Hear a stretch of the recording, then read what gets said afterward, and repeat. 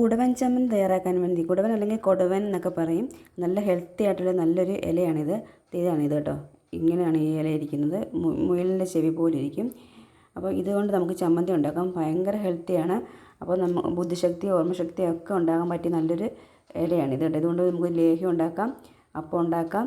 അപ്പോൾ നമുക്ക് കുറച്ച് ഇല ഞാൻ എടുത്തിട്ടുണ്ട്, പിന്നെ ഉള്ളി എടുത്തിട്ടുണ്ട്, കാന്താരി, അതുപോലെ തന്നെ ഇഞ്ചി, നമുക്ക് കുറച്ച് തേങ്ങയും കൂടെ എടുത്തിട്ട് നമുക്കൊന്ന് ചമ്മന്തി അരയ്ക്കാം. ഒന്നെങ്കിൽ കല്ല് വെച്ചടിക്കണം, അല്ലെങ്കിൽ മിക്സിയുടെ ജാറിലോട്ട് ഇട്ട് കൊടുത്താൽ മതി. പിന്നെ നമുക്ക് ആവശ്യമായിട്ടുള്ള ഉപ്പും കൂടി ഇട്ട് കൊടുത്തിട്ട് നമുക്കൊന്ന് അരയ്ക്കാം. നമ്മളിപ്പോൾ ഇത് അരച്ചെടുത്തിട്ടുണ്ട്. അപ്പോൾ എല്ലാവരും ഒന്ന് ട്രൈ ചെയ്ത് നോക്കണം, ഹെൽത്തി ആയിട്ടൊരു ചമ്മന്തിയാണ്.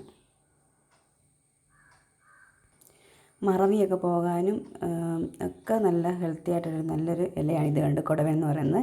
ഇതിൻ്റെ ലേഹ്യം നമ്മൾ തയ്യാറാക്കുമ്പം യൂട്യൂബിലിടുന്നതായിരിക്കും. എല്ലാവരും ട്രൈ ചെയ്യണേ, ചമ്മന്തി കിട്ടുവാണെങ്കിൽ.